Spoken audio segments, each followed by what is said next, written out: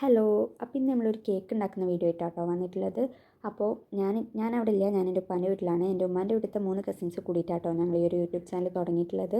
അപ്പോൾ നമ്മൾ കേക്കിനുള്ള സാധനങ്ങളൊക്കെ അവർ കൊടുത്തിട്ടുണ്ട്. അപ്പോൾ നമുക്ക് കേക്ക് ഉണ്ടാക്കുന്ന റെസിപ്പിയിലോട്ട് പോകാം. ആദ്യം തന്നെ നമ്മൾ ഡാർക്ക് ചോക്ലേറ്റ് ആട്ടോ എടുത്തിട്ടുള്ളത്. അത് 2 പാക്കറ്റ് എടുത്തിട്ടുണ്ട്. പിന്നെ എലൈറ്റിൻ്റെ സ്പഞ്ച് ഉണ്ടാവില്ലേ കേക്കിൻ്റെ, അത് എടുത്തിട്ടുണ്ട് കേട്ടോ, ഒരു 4 പാക്കറ്റ്. പിന്നെ നമ്മൾ വിപ്പിംഗ് ക്രീമിൻ്റെ പൗഡർ ആട്ടോ മേടിച്ചിട്ടുള്ളത്. അത് ക്രസ്റ്റി ക്രംബ് എന്ന് പറഞ്ഞ കമ്പനീൻ്റെ വിപ്പിംഗ് ക്രീം പൗഡറാണ് നമ്മൾ മേടിച്ചിട്ടുള്ളത്.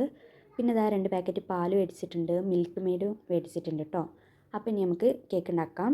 ആദ്യം നമ്മൾ ചോക്ലേറ്റ് നല്ല ക്രഷാക്കി വെച്ചിട്ടുണ്ട്. ഇനി അതിലോട്ട് കുറച്ച് പാൽ ചേർത്തിട്ട് നമുക്ക് മെൽറ്റാക്കി എടുക്കാം. ഇനി നമുക്ക് ഷുഗർ സിറപ്പ് ഉണ്ടാക്കണം. അതിന് കുറച്ച് വെള്ളം തിളപ്പിച്ചിട്ട് അതിലോട്ട് പഞ്ചസാര ഇട്ട് നമ്മൾ ഷുഗർ സിറപ്പ് ഉണ്ടാക്കിയിട്ടുണ്ട്.